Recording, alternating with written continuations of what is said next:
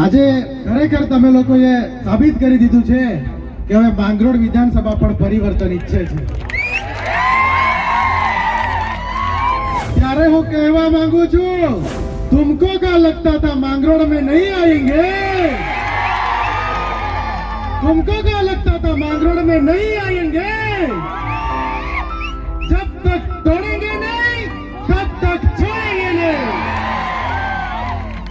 આજની આ ગુજરાત જોડો જનસભામાં આપ તમામને મારા જય આદિવાસી, જોહાર, જય ભીમ, જય સરદાર। પણ હું એક નાનકડી વાત તમને કહેવા માંગીશ।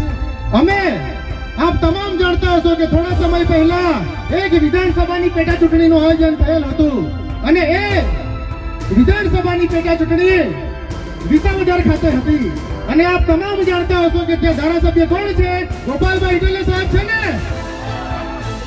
મિત્રો, જ્યારે વિસાવદરમાં આ ચૂંટણી હતી ત્યારે અમને પણ એક નાનકડી તાલુકા પંચાયત સીટની જવાબદારી સોંપેલી હતી। ત્યારે અમે પણ આપણી નાનકડી ટીમ સાથે વિસાવદર ગયા હતા। તો વિસાવદરમાં પણ આપણા જેવા સામાન્ય લોકો રહે છે, ખેડૂતો રહે છે, વંચિતો રહે છે। જ્યારે અમે પ્રચારમાં ફરતા ત્યારે લોકો અમને કહેતા, આ તમારે ફરવા બરવાની કઈ જરૂર નથી આવતી। અમને ધારાસભ્ય તરીકે એવો ધારાસભ્ય જોઈતો હતો કે જે અમારા માટે લડે, ખેડૂતોનો અવાજ બને, વિદ્યાર્થીઓનો અવાજ બને, અમારા માટે કચેરીઓમાં કઈ પ્રશ્ન હોય તો અમારા માટે બોલે। એવા ધારાસભ્ય અમને જોઈતા હતા। તો આ વખતે તો ગોપાલભાઈ ઇટાલિયા છે તો તમારે કઈ પ્રચારની જરૂર નથી।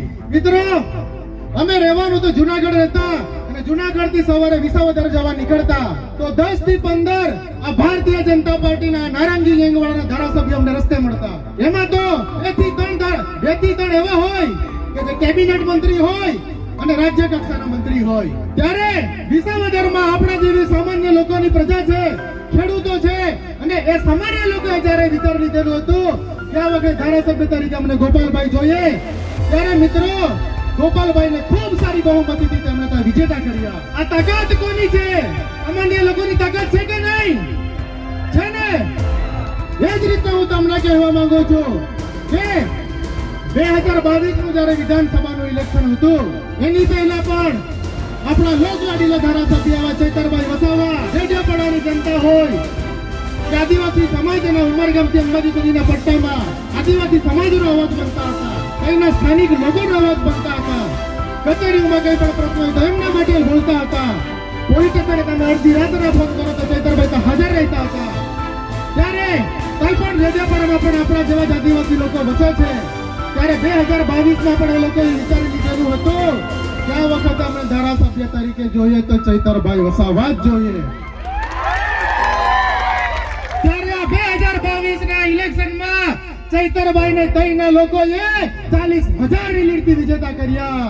એ આપણા આદિવાસી લોકોને અને આપણા જેવા સામાન્ય લોકોને ખેડૂતોની તાકાત છે। હું તમને કહેવા માંગુ છું કે 2027 અત્યારે કઈ દૂર નથી। 2027 કઈ અત્યારે દૂર નથી। ત્યારે આપણે પણ ચાલે નહીં। આપણે એસસી, એસટી, માઇનોરિટી, ઓબીસી અને તમામ વર્ગના લોકો અહીંયા ઉપસ્થિત છો। અહીંયા બાજુમાં વાડીવાળા નેતા બેહીને જોઈએ છે ચૈતરભાઈની સભા। પેલા સામે પેટ્રોલ પંપ છે ને ત્યાં મેં જોયા એમને। પછી તમારો અવાજ આ બાજુમાં બી ના જાય તો ગાંધીનગર કઈ રીતના પહોંચશે? વાડીવાળા નેતા ત્યાંથી જોઈએ છે। સૌપ્રથમ આ સ્ટેજ પર જેટલા પણ લોકો છે જ્યાં ઉભા છે ત્યાં પોતાની જગ્યા લઈને બેસી જાય। આ બાજુ પણ જેટલા સ્ટેજ પર ઉભા છે અને આમાં જે મીડિયા વાળા હોય એ લોકો ઉભા રહે, એના સિવાયના બધા બેસી જાય। પાછળ વાળા મારા ભાઈઓ મને દેખાતા નથી, આ બાજુ આગળથી થોડા આવતા રહો। બહેનો તમે પણ આમથી આવતા રહો। બધા મારા વડીલો પણ છે, આ બાજુથી આવતા રહો। આ બાજુના પણ બધા આ બાજુથી આવતા રહો। દેખાવા જોઈએ ભાઈ, કોનામાં કેટલો ઉત્સાહ છે મને જ ના ખબર પડે તો પછી પાછળ ઉભા છે થોડા આગળથી ખસકી જાવ, આ બાજુ મને દેખાવા જોઈએ। હું અહીંયા જ નોકરી કરતો હતો ઉમરપાડા અને માંગરોળમાં, એટલે બધાને ઓળખું છું ભાઈ। અહીંયા મીડિયા વાળા મિત્રો સિવાય બીજા બધા થોડી જગ્યા પર પોતપોતાની જગ્યા લઈને બેસી જાઓ। સાથીઓ, આ ભાઈ, ઓ ભાઈ, જગ્યા પર બેસી જાઓ પ્લીઝ। પાછળ વાળાને દેખાવું જોઈએ। ઓ ભાઈ, તમે મીડિયા વાળા સિવાય બીજા બેસી જાઓ। તો અહીંયા વેદેહી પેટ્રોલ પંપ છે, ત્યાં વાડીવાળા નેતા બેસીને 10 જણ અહીંયા મોકલેલા પણ છે અને ચૈતરભાઈની સભામાં કેવો અવાજ છે, કેવો જુસ્સો છે એ ત્યાંથી જોયે છે, ત્યાંથી સાંભળે છે. એટલે બધાએ છે ને બે હાથની મુઠ્ઠી વાળીને નારાજ તો જોરથી જ મારવા પડશે ભાઈ. મારશો ને? જય આદિવાસી, જય જોહર, જય આદિવાસી, જય જોહર, જય કિસાન, જય કિસાન, જય જવાન, જય જવાન. ધન્યવાદ.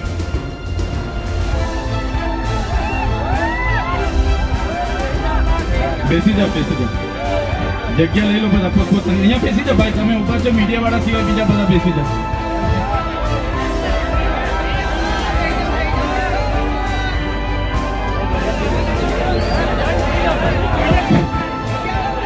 પાછળ જે વ્યક્તિઓ બેઠા છે, મહેરબાની કરીને આ તરફ પણ બંને બાજુ પાછળ લોકો ઉભા, તમારી પાછળ ઘણા લોકો ઉભા છે, બેઠા છે, એમને દેખાતો નથી. ચેતરભાઈને સાંભળવાનું છે, ચેતરભાઈને જોવાનું છે, એટલે તમે બેસી જાઓ, મહેરબાની કરીને બેસી જાઓ, બેસી જાઓ, બેસીને પણ લઈ શકે છે, બેસી જાઓ.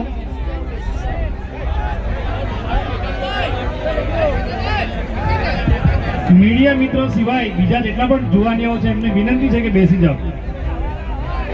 આ બાજુ પણ છે, તે લોકોને પણ વિનંતી છે કે બેસી જાઓ. આપણે ચેતરભાઈને સાંભળવાના છે, એમને જોવાના છે, એમની બે વાતોને મનન કરવાની છે. એટલે મિત્રો આપણે સમય પણ થોડો લઈશું, એટલે મહેરબાની કરીને જોવાની આવવાની વિનંતી છે કે જે આગળથી થોડા બેસી જાય એટલે પાછળના મિત્રોને દેખાય. પ્લીઝ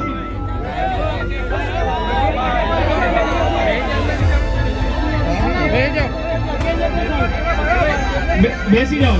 2027માં અમારો સમય આવશે, અમે તમારા જેવા પોલીસ અધિકારીઓ જે ભ્રષ્ટાચારી છે, હપ્તાખોરી કરે છે, જે લોકોને રાતોરાત કરોડપતિ બનવું છે, એવા લોકોને પણ પ્રમોશન આપીને સાબરમતી જેલમાં મોકલવા માટે અમે તૈયાર છીએ. જે પોલીસ અધિકારીઓ નિષ્ઠાવાન છે, સુરક્ષા, સેવા અને શાંતિનું કામ કરે છે, બંધારણમાં મળેલી જવાબદારીનું કામ કરે છે, એવા પોલીસ અધિકારીઓને ચૈતર વસાવાના કડા ખાતે સલામ. પણ જે પોલીસ અધિકારીઓ અમારા લોકોને હેરાન કરે છે, પરેશાન કરે છે, એ પોલીસ અધિકારીઓને આ મંચ પરથી કહેવા માંગુ છું, અમારો સમય આવવાનો છે અને અપના ટાઈમ આવેગા, એ દિવસે તમારા પટ્ટા પણ અમે ઉતારીને મૂકી દઈશું. તમારા પટ્ટા એ કમરમાં પહેરવા માટે આપ્યા છે, તમારા પટ્ટા ગળામાં પહેરીને ધારાસભ્યની સાથે ફરવા માટે નથી. તમારા પટ્ટા ટોમીની જેમ ગળામાં પહેરીને સાંસદ સાથે ફરવા માટે નથી. જો જેટલા લોકો ટોમી બનીને ગળામાં પટ્ટા પહેરીને ફરે છે, પોલીસ અધિકારીઓ પણ કાન ખોલીને સાંભળી લે, 2027માં તમારી